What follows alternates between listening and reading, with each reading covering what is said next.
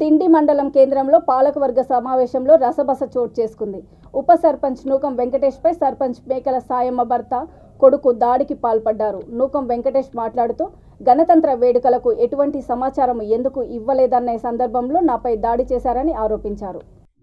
దిండి గుండ్లపల్లి మండల head quarter ఉప సర్పంచ్ని, టీఆర్ఎస్ ప్రతినిధి.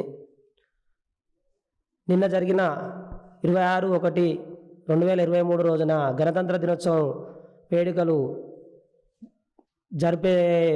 జరిపే విధంగా సెక్రటరీ గారు శ్రవణ్ కుమార్ గారు నాకు ఎలాంటి ఇన్ఫర్మేషన్ ఇవ్వలేదు, ఎలాంటి నోటీసులు కూడా ఇవ్వలేదు.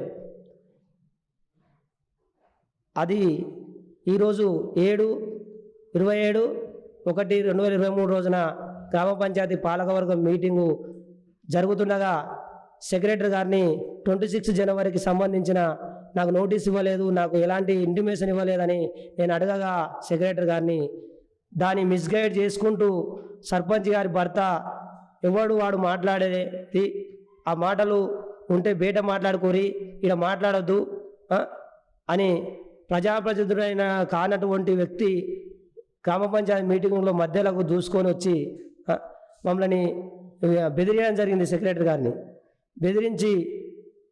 బెదిరిస్తుండగా నేనేమన్నంటే సెక్రటరీ గారిని, ఎవరు పడితే వాళ్ళు ప్రజాప్రతినిధులు కాని వాళ్ళు మధ్యలో వచ్చి దూరుకోవడం ఇది కరెక్ట్ కాదు సార్ అని అడగగా, నువ్వెవనివిరా చెప్పనీకే అని సర్పంచ్ గారి భర్త, సర్పంచ్ గారి కొడుకు ముగ్గురు కలిసి నన్ను మిస్గైడ్ చేసి కొట్టి నానా బూతులు తిట్టుకుంటూ ప్రవర్తించారు. ఇది సహజమేనా అని ప్రజానికి కానీ ప్రభుత్వాలని డిమాండ్ చేస్తున్నాను నేను.